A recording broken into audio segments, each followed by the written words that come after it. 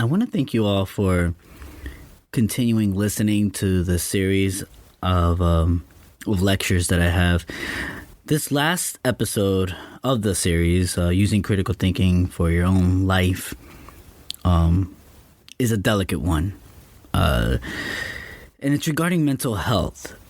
See, this episode is being recorded around the holiday season.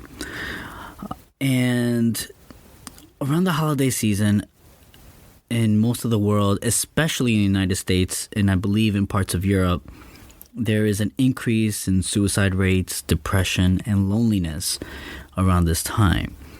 But it's also more so for critical thinkers and people with high levels of intelligence. And I'm going to get into that before I talk about combating ways with depression, loneliness. And I also want to add that this can be useful for those that are really suffering during quarantine. If you're in a country or within the United States, within a state that has significant quarantine laws being passed, and this can help you with that. Many studies have shown that people with high level of intelligence can't seem to, and I'm using this very freely, click with average IQs. And the same can be said with critical thinkers. In the British Journal of Psychology, Norman Lee and Satoshi Kanazawa explains why highly intelligent people experience lower life satisfaction when they social more frequently with their friends. And what I find interesting is one of their findings suggests that intelligent people prefer to solve unique challenges on their own successfully versus those that prefer to work and receive help from others. Further elaboration by Kanazawa suggests people with high level of intelligence are more likely to crave solitude, where it is more natural for humans to seek and desire friendship. The words exactly used was unnatural preferences and values that our ancestors did not have, unquote. Having said that, critical thinkers and people with high level of intelligence, and what I mean by that is if you have an IQ of around 130, have issues when they are put into an environment with people who are at or below average IQs. And to paint a picture to the sense of loneliness, the population average of those with an IQ score below 130 is approximately 98%. So, assuming that the phrase birds of a feather flock together is accurate, then this will leave out those intelligent birds without a flock. It becomes clear to the critical thinker and those with high level of intelligent people that it is hard to find those that get you or understand you. Ironically, those with a high level of intelligence tend to live in a more urban environment despite feeling these feeling like outcasts, And this is largely due to the unnatural adaptability that they have. See, the highly intelligent and critical thinkers can adapt and be similar to, I would like to say, chameleons around their environments. And this is part of the critical thinking process, as I mentioned in a previous episode, on adapting and seeking understanding. And this leads me to loneliness.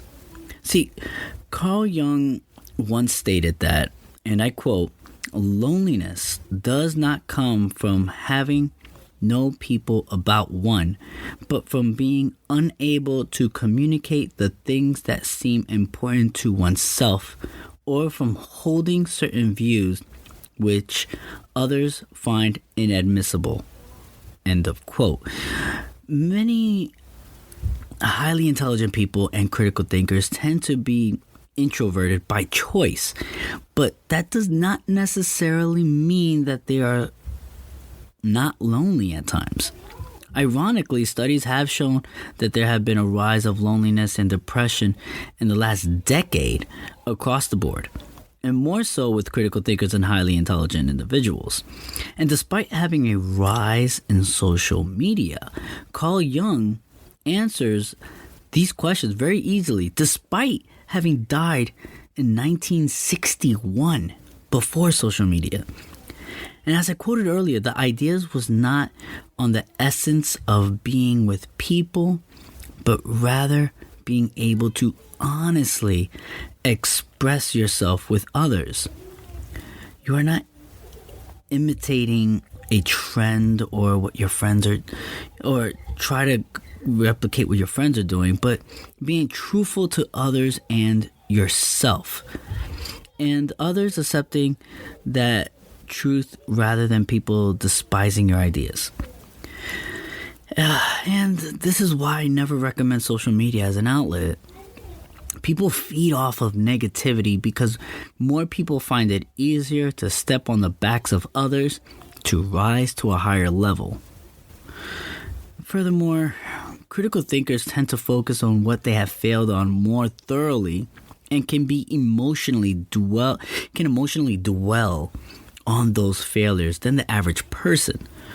Although this is part of the self-corrective thinking process, it is difficult to avoid the emotional aspect of this. And this is something I even combat with plenty of times in my life, and I still do even today.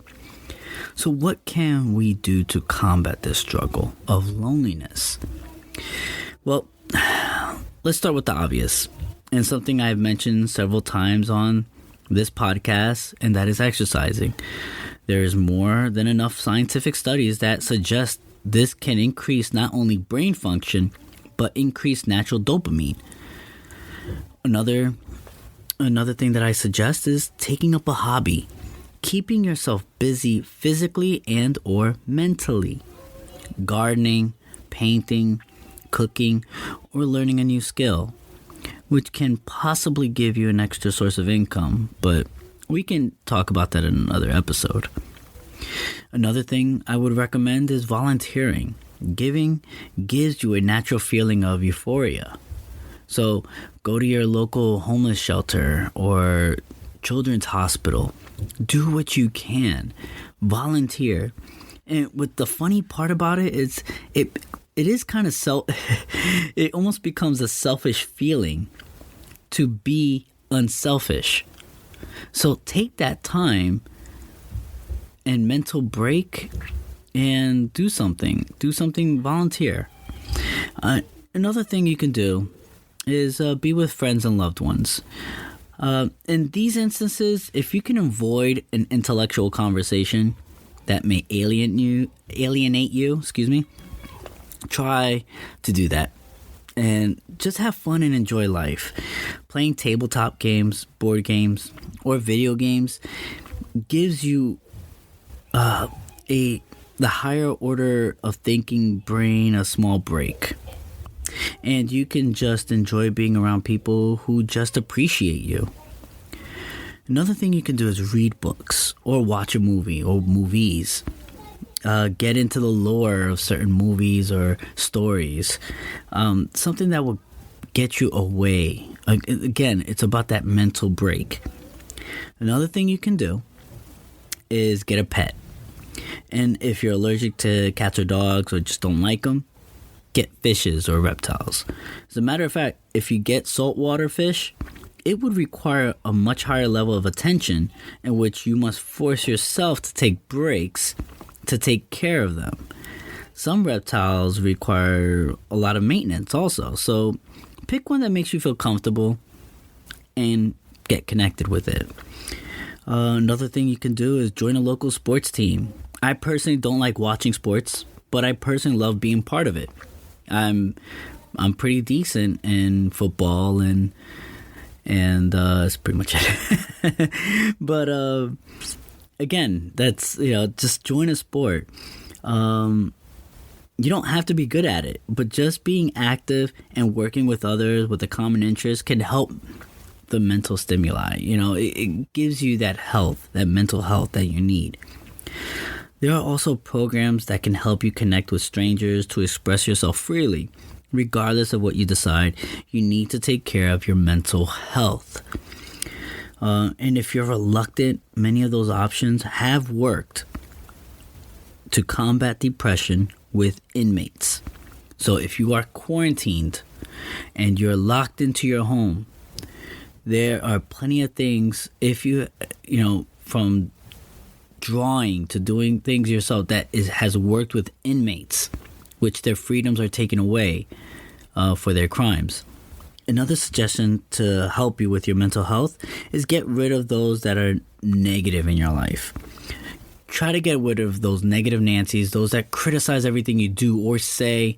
Avoid them. Get rid of them. If they're a relative, just try to tolerate them when you need to and then get away. Keep conversations to a minimum.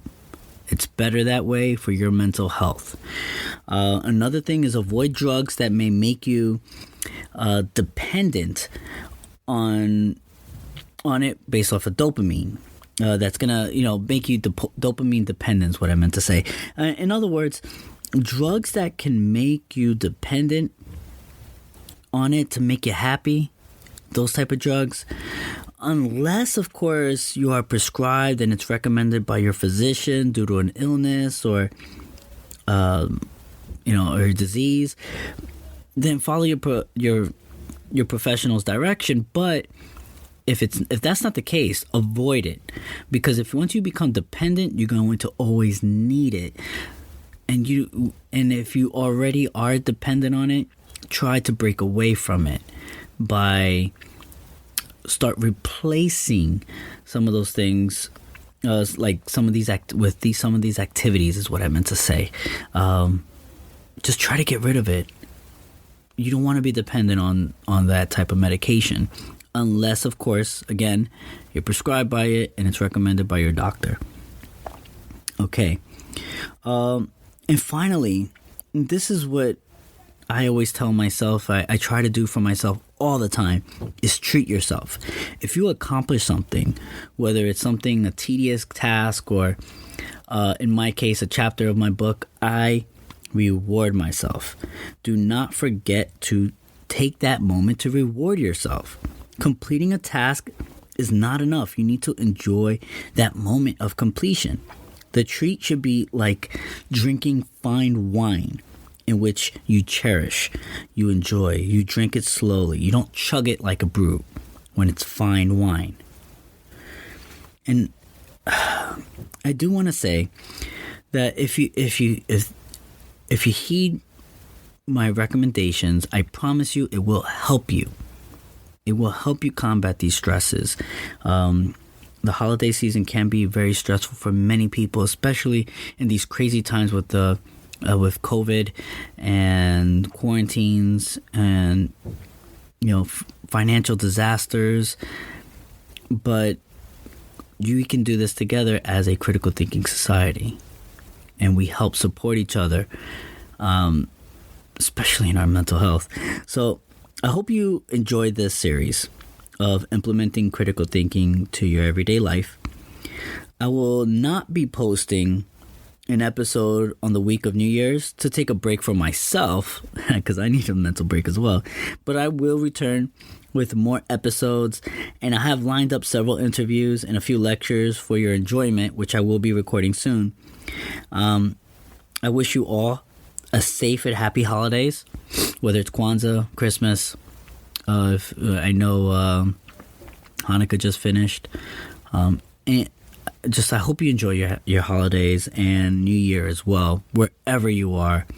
Thank you so much, and I wish you the very best.